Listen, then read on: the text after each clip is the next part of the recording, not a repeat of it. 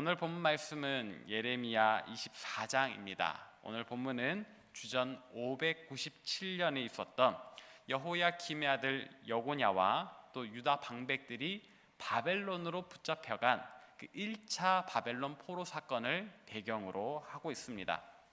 그러면서 특별히 예레미야서에 딱 두 군데 등장하는 예레미야에게 임한 환상, 그 두 번째가 오늘 본문에 기록되어 있는데, 하나님께서는 과연 이 유다 역사에 있어서 가장 심각한 사건, 이 바벨론 포로 사건 때에 어떤 환상을 보여주셨는가, 그 환상의 내용은 무엇인지, 그리고 그 환상이 뜻하고 있는 의미는 무엇인지, 이것을 통해서 우리가 깨달아야 하는 오늘날 우리를 향하신 하나님의 뜻은 무엇인지, 우리가 이와 같은 질문들을 가지고 함께 말씀을 살펴보도록 하겠습니다. 먼저 오늘 본문에 나오는 이 환상의 내용을 우리가 함께 살펴볼 텐데, 오늘 본문은 크게 세 부분으로 나눌 수 있습니다. 1절부터 3절까지이고, 그리고 나머지 이 좋은 무화과 그리고 나쁜 무화과 이 두 단락으로 나눌 수 있는 이 전체에 대한 개관, 그리고 첫 번째 환상의 내용, 그리고 두 번째 환상의 내용, 이렇게 나눌 수 있습니다. 이 첫 번째 내용은 1절부터 3절까지라고 방금 말씀을 드렸는데요, 여기에서 우리가 환상의 전체적인 내용을 살펴볼 수 있는데, 이 1절을 통해서 우리가 알 수 있는 바는 무엇인가? 바로 이 예레미야가 환상을 보는 시기에 관한 거예요. 이 유다 왕 여호야김의 아들 여고냐와 또 여러 방백들이, 그리고 목공들과 철공들이 바벨론으로 끌려간 이후의 일이다. 그리고 2절을 통해서 알 수 있는 바는 예레미야가 지금 환상을 보는데, 어떤 환상인가? 성전 앞에 이 두 개의 광주리, 바구니가 놓여져 있는 거예요. 이 두 개의 바구니 안에 무엇이 담겨 있습니까? 무화과, 그 지역에 나는 이 특산품이 담겨 있는데, 한쪽에는 어떤 게 담겨 있습니까? 좋은 무화과, 아주 먹기에 좋은 잘 익은 달달한 그런 극상의 무화과가 담겨 있다. 다른 한쪽에는 어떤 무화과가 담겨 있습니까? 아주 나쁜, 여기서 아주 나쁘다라는 말은 이제 썩어 문드러지고 있는 거예요. 도저히 먹을 수 없는 것, 또 어떻게 보면 너무 빨리 따서 떫어서 먹을 수 없는 것, 그런 의미도 되지만은 또 어떤 의미에서는 완전히 썩어 문드러져가지고 이건 이제 버려야 되는, 그러니까 먹을 수 없는 악취나는 그런 무화과를 의미하는 것입니다. 이렇게 이 1절부터 3절까지를 통해서 예레미야 환상의 전체적인 개관이 나옵니다. 자, 그러면 이제 조금 더 구체적으로 살펴봅시다. 이 좋은 무화과는 무엇을 의미하는 것인가? 그리고 이 나쁜 무화과는 또 무엇을 의미하는 것인가? 먼저 오늘 본문에 나오는 좋은 무화과는 무엇인지 5절을 통해서 살펴볼 텐데요, 제가 읽도록 하겠습니다.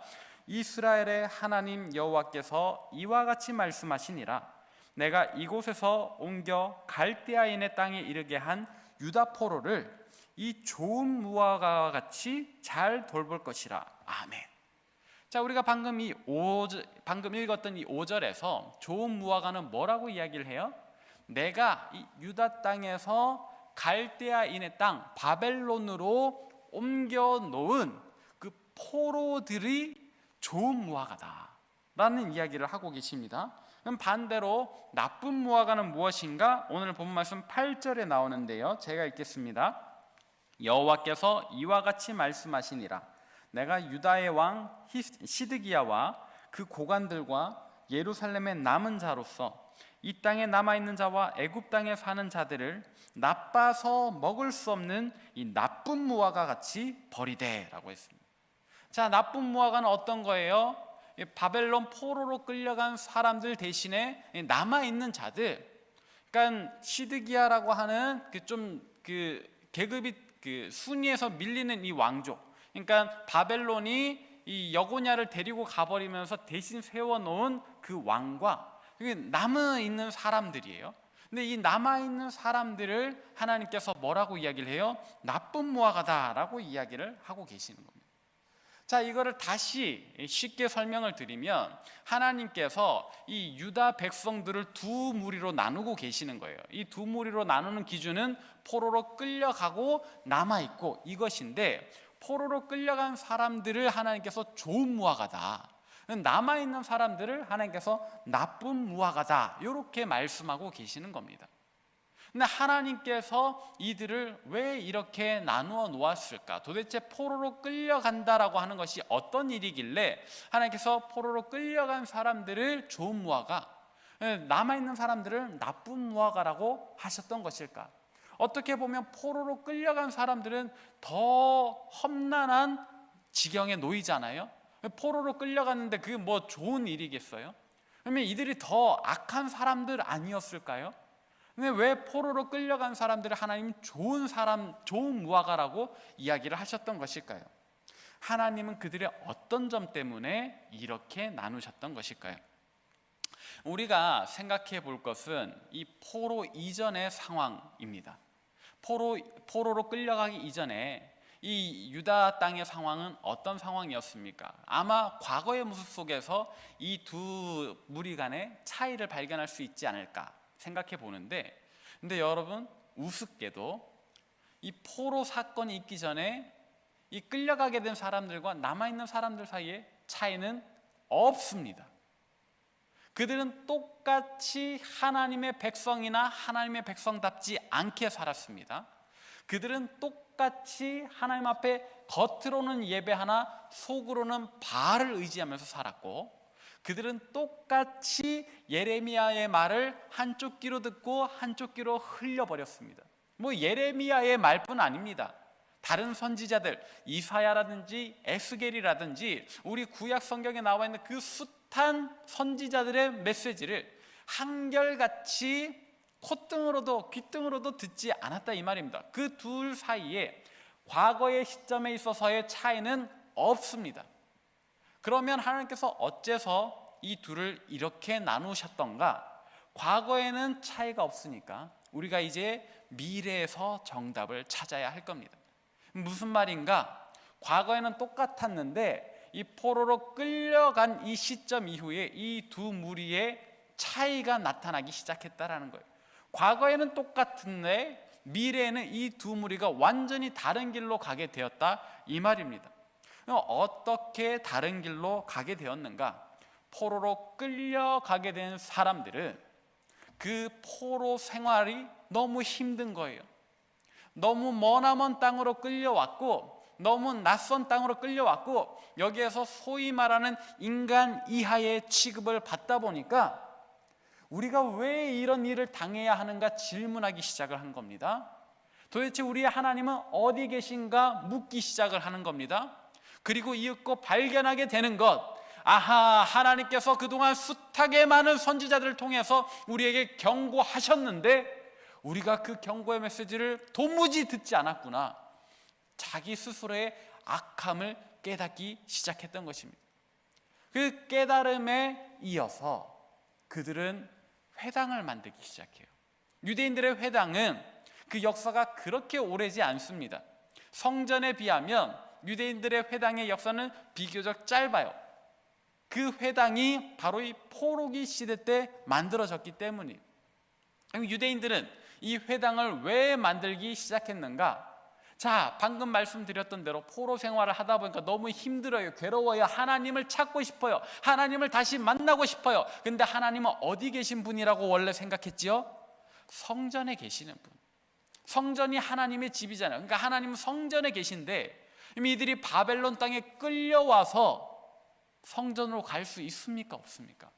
너무 멀어요. 갈 수 없어요. 또 포로인데 누가 자유롭게 그 먼 거리를 왕래하게 허락해 준단 말입니까? 갈 수 없습니다.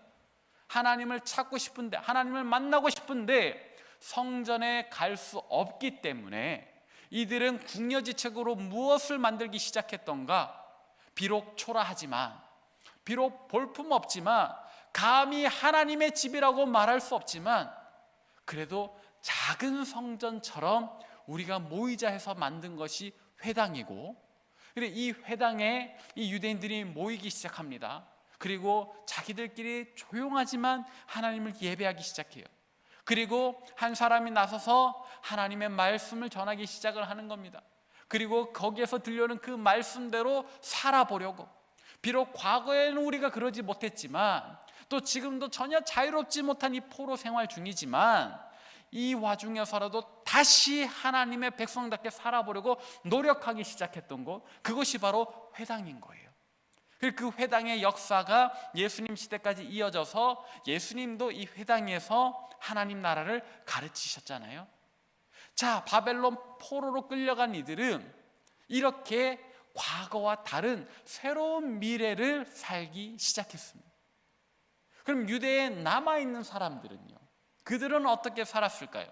안타깝게도 이들은 포로로 자기 동족들이 끌려가는 것을 보면서, 어쩌면 내 옆집에 살았던 사람이 끌려가는 것을 보면서 한편으로 안도하는 거예요. 나는 저런 일 당하지 않아서 다행이다. 아유, 저 사람들 불쌍해서 어떡하나. 근데 한편으로는 나는 다행히 여기 남아서 덜 고생하겠네. 물론 이 바벨론의 속국처럼 지내야 되는 사실은 굉장히 비참하지만 포로로 끌려가는 것보단 나으니까 이 남아있는 사람들은 이전과 별반 차이 없는 삶을 살기 시작하는 거예요. 막 그렇겠지요. 그 이전에 죄악된 습관들, 삶의 현장이 전혀 바뀌지 않았잖아요. 포로로 끌려간 사람들은 완전히 세상이 뒤집어져 망해버렸는데, 남아있는 사람들은 어제 내가 사용하던 밥 숟가락 그대로 사용하는 거잖아요. 남아있는 사람들은 어제 내가 만나던 똑같은 죄인들을 오늘도 만나고 내일도 만나는 거잖아요. 그들의 상황과 형편이 전혀 달라지지 않았어요. 그러다 보니까 이 사람들은 전혀 바뀌지 않은 미래를 사는 겁니다. 이전의 죄악된 습관을 그대로 유지하고 있는 거예요. 그러니까 결과론적으로 봤을 때 하나님 앞에 바벨론 포로로 끌려간 사람들과 유다 땅에 그대로 남아있던 사람들 중에 누가 좋은 무화과겠어요? 누가 나쁜 무화과겠습니까? 너무 확실한 차이가 나타나는 거죠. 결과론적으로 말입니다. 물론 이 두 집단 사이에는 인간적으로 봤을 때 정말 많은 차이가 있어요. 경제적으로 포로로 끌려간 사람들은 아주 비천해졌겠지요. 남아있는 사람들은 그래도 이전에 먹고 살던 그 수준을 유지를 했을 겁니다. 부유하고 가난하고. 또 포로로 끌려간 사람들은 뭐 서로 아무 권력 없어요. 그냥 사회 가장 낮은 계층에 끌려가 있는 거예요. 근데 남아있던 사람들은 이전보다 못하지만 그 와중에 왕족도 그대로 있고 귀족도 그대로 남아있고 뭐 경제적인 부유함 가지고 서로 높고 낮은 도토리 키재기를 계속하고 있었겠죠. 사회적인 지위로도 여기는 속국의 백성, 여기는 완전히 노예. 그러니까 높고 낮음.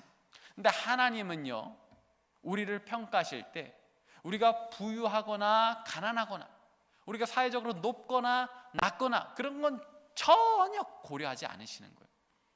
하나님이 우리를 판단하시는 유일한 기준, 그건 무엇입니까?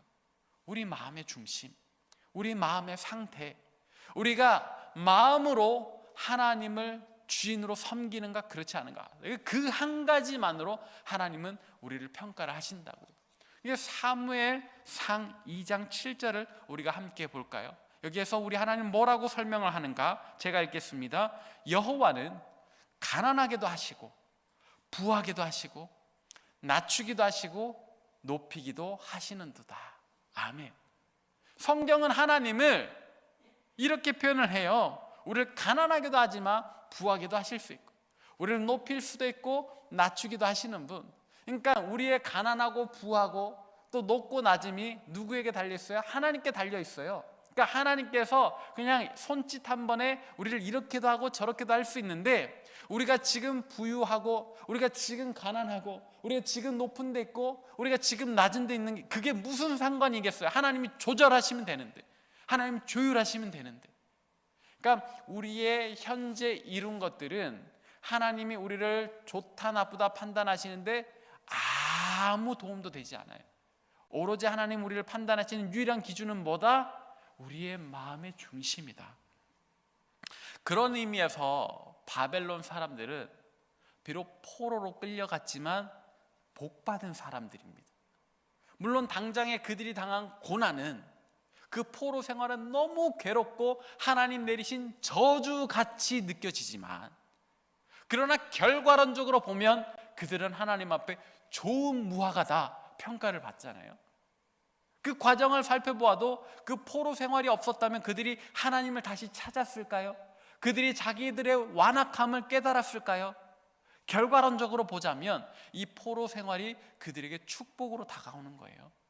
반대로 유다 땅에 남아있던 사람들에게는 당장에는 내가 포로로 끌려가지 않고 어제까지 살아왔던 내 삶의 터전을 잃지 않아서 하나님 앞에 그나마 복받은 것처럼 느낄 수 있지만, 결과론적으로 보자면 그들은 여전히 죄악 가운데 먹고 살며, 결과론적으로 보자면 하나님 앞에 버림받게 되는 사람들이기 때문에 그들이 당장에 누리는 편안함이 그들에게 오히려 저주로 다가온다는 거예요. 그들은 하나님 앞에 저주받은 사람들인 겁니다.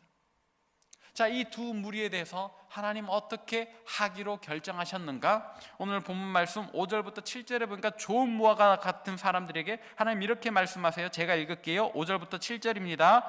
이스라엘의 하나님 여호와께서 이와 같이 말씀하시니라. 내가 이곳에서 옮겨 갈대인의 땅에 이르게 한 유다 포로를 이 좋은 무화과 같이 잘 돌볼 것이라.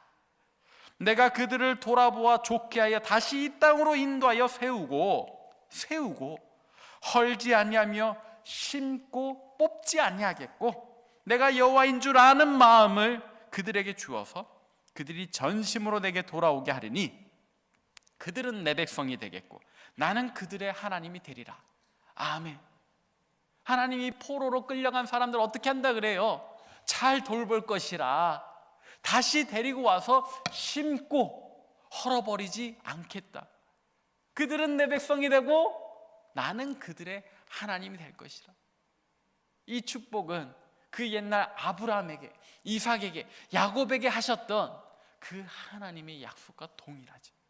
자, 그럼 반대로 유다 땅에 남아서 그들의 죄악을 계속 먹고 마시며 그냥 그렇게 살았던 이 나쁜 무화과 같은 사람들에게 하나님 뭐라고 말씀하시는가? 8절부터 10절인데 또 제가 속도감 있게 읽도록 하겠습니다. 8절부터 10절입니다. 여호와께서 이와 같이 말씀하시니라. 내가 유다의 왕 시드기야와 그 고관들과 예루살렘의 남은 자로서 이 땅에 남아있는 자와 애굽 땅에 사는 자들, 그러니까 애굽 땅에 사는 자들은 도망가 버린 사람들이에요. 포로 생활 겪지 않는 사람들이에요. 그들은 나빠서 먹을 수 없는 이 나쁜 무와 같이 버리되 세상 모든 나라 가운데 흩어서 그들에게 환난을 당하게 할 것이며, 또 그들에게 내가 쫓아보낼 모든 곳에서 부끄러움을 당하게 하며 말거리가 되게 하며 조롱과 저주를 받게 할 것이라. 내가 칼과 기근과 전염병을 그들에게 보내 그들이 내가 그들과 그들의 조상들에게 준 땅에서 멸절하기까지 이르게 하리라. 하나님 이 나쁜 무화 같은 사람들을 어떻게 하신다고요? 흩어버린대요. 뽑아서 버려버린대요. 하나님은 이 나쁜 무화과, 우리 생각에는 그 나쁜 무화과도 고쳐서 새롭게 하셔서 쓰지 않을까 싶은데, 하나님 베푸시는 그 고침, 회복, 새롭게 하심 역사는 이미 일어난 거예요. 근데 이때 회개하지 않는 이들은 하나님도 버려버리신다. 나쁜 무화과는 하나님도 버리신다. 이것이 오늘 예레미야에게 주신 환상을 통해서 우리가 깨달아야 하는 영적인 함입니다. 나쁜 무화과는 하나님도 버리신다. 그럼 이제 우리에게 선택의 순간이 다가왔어요. 여러분 어떻게 하시겠습니까? 어느 편을 택하시겠습니까? 좋은 무화과 되기를 택하시겠습니까? 나쁜 무화과 되기를 택하시겠습니까? 오늘 우리의 삶을 돌아보면서 하나님 앞에 새롭게 나아가시겠습니까? 아니면 이전과 같이 이전에 어제까지 행해왔던 우리의 삶의 습관을 그냥 그대로 이어가시겠습니까? 우리가 택해야 하는 것은 명확하죠. 오늘 우리의 삶을 돌아보아야 하는 것입니다. 오늘 우리 삶의 모든 요소들을 따져보아야 하는 것입니다. 여러분 오늘 눈을 뜨셨을 때 맨 먼저 하신 생각이 무엇입니까? 그 생각도 점검하시길 바랍니다. 오늘 이 새벽 기도 가운데 여러분 어떤 기도를 하나님 앞에 올려드리시겠습니까? 여러분들의 기도 제목도 점검하셔야 합니다. 이 새벽 기도를 마치고 나서 여러분 아침과 점심, 저녁을 무엇으로 드시겠습니까? 여러분 오늘 드실 그 식사 메뉴까지도 점검하셔야 됩니다. 뭐 그렇게 밥 먹는 것까지 점검하라고 하는가 싶을 수 있는데요, 여러분 그거 점검해 볼 필요가 있어요. 우리가 필요 이상으로 과한 식사를 한다면, 우리 전혀 불필요한데 괜히 비싼 것, 괜히 많은 양을 식사로 하겠다라고 한다면, 그것까지도 하나님 앞에 기도하면서 절제할 줄 아는 것. 또 한편으로는 내 몸이 상하고 있는데 너무 억제하고 있진 않은가? 그렇다면 오늘 하루쯤은 내 육신의 건강과 영혼의 건강을 위하여 좋은 것 먹을 필요도 있지요. 이 모든 식사 메뉴의 결정까지도 하나님 주시는 마음과 감동 안에서 선택할 필요도 있는 겁니다. 여러분, 우리가 하나님을 따르며 산다라고 할 때는 이런 문제까지도 나아갈 수 있어야 돼요. 충격적이죠? 너무 심하다 싶으신가요? 근데 그런 고민을 해볼 필요가 있다. 그러다 보면 오늘 우리를 향하신 하나님의 뜻을 우리가 더 잘 발견할 수 있어요. 그래야만 우리가 좋은 무화가 되기를 선택할 수 있어요. 사랑하는 여러분, 이제 말씀을 정리하도록 하겠습니다. 오늘 본문 말씀을 통해서 우리는 예레미야에게 주신 하나님의 두 번째 환상을 살펴보았는데, 그 환상은 유다 백성들을 두 무리로 나누었어요. 하나는 좋은 무화과 나무, 또 다른 하나는 나쁜 무화과 나무. 이 둘을 갈랐던 기준은 명확합니다. 그들의 과거에는 없어요. 그들의 미래에 있는데, 깨우치고 돌이켜 하나님께 다시 나아왔느냐, 나아오지 않았느냐. 그들의 경제적인 수준, 사회적인 고하는 하나님 전혀 고려하지 않는다고 했습니다. 오직 그들이 회개하고 하나님을 찾느냐, 찾지 않느냐, 하나님은 그것을 가지고 좋은 무화과와 나쁜 무화과를 판단하십니다. 오늘 우리는 어느 쪽을 택해야 할까요? 정말 하나님을 주인으로 모시고 정말 하나님 뜻대로 살며 우리의 이전에 행해오던 모든 죄악된 습관들을 끊어버리고 온전히 하나님 기뻐하실 좋은 무화과가 되는 저와 여러분 되시기를 바랍니다. 오늘 말씀은 복음서에서 우리 예수님 하셨던 말씀으로 맺고자 합니다. 누가복음 3장 9절인데요, 제가 읽겠습니다. 이미 도끼가 나무 뿌리에 놓였으니 좋은 열매 맺지 아니하는 나무마다 찍혀 불에 던져지리라. 좋은 열매 맺는, 좋은 무화과 나무 되는 저와 여러분 되시기를 바랍니다. 기도하겠습니다. 사랑과 은혜가 충만하신 하나님 아버지, 오늘 말씀을 통하여 또 한번 우리를 깨우쳐 주시니 감사합니다. 하나님, 우리가 스스로 돌아볼 때 과연 우리는 하나님 기뻐하실 좋은 무화과인지 또 나쁜 무화과인지 생각해 봅니다. 하나님, 그러나 쉽지 않습니다. 우리의 어제까지의 삶 일견 보기에는 하나님 기뻐하실 만하나, 그러나 하나님 보시기에 참으로 어떨런지 우리가 스스로 질문해 봅니다. 하나님, 또 그것을 가지고 오늘 우리가 기도할 텐데, 하나님 기도 가운데 우리의 삶이 어떠한지 하나님의 눈으로 볼 수 있게 도와주옵소서. 그리고 우리의 삶을 돌아보며 깨우치게 도와주시고, 회개해야 하는 부분, 고쳐야 하는 부분이 있다면 하나님 우리에게 말씀하여 주옵소서. 우리가 고치겠나이다, 깨우치겠나이다. 또 하나님, 이것이 그냥 한낮 3일 만에 끝나는 각오와 다짐 되지 않게 도와주시고, 참으로 우리를 도우사 우리 삶 변화시켜 주옵소서. 그리하여 정말로 하나님 기뻐하시는 좋은 무화가 되게 하여 주옵소서. 하나님, 이미 하나님의 심판의 도끼가 우리에게 놓여 있는 줄로 압니다. 그러니 좋은 열매 맺게 도와주옵소서. 좋지 않은 열매 맺어 찍혀 불에 던져지는 그런 우리가 아니라 참으로 주님 기뻐하실, 기쁘게 수확하실 좋은 무화가 되게 하여 주옵소서. 감사를 드립니다. 사랑 많으신 우리 구주 예수 그리스도의 이름으로 기도합니다. 아멘. 이제 축도하겠습니다. 이제는 우리 주 예수 그리스도의 은혜와 하나님의 지극하신 사랑과 성령의 위로하심이 오늘 말씀을 통하여 우리 스스로의 삶을 하나님의 눈으로 돌아보며 정말로 하나님 보시기에 좋은 무화가 되기를 간절히 바라고 소망하는 마음으로 우리 삶을 다스리고 또 돌이켜 정말 회개하며 하나님 기뻐하실 모습으로 살아가기로 다짐하고 결단하는 이 자리에 있는 모든 주의 백성들 머리 위에, 또 세계 각지에서 목숨 걸고 사역하시는 선교사님들 그 가정과 사역 위에, 그리고 코로나19로 아파하고 신음하는 우리 조국 대한민국과 저 북녘 땅과 온 세계와 열방 위에 이제로부터 영원토록 함께하옵시기를 간절히 축원하옵나이다. 아멘.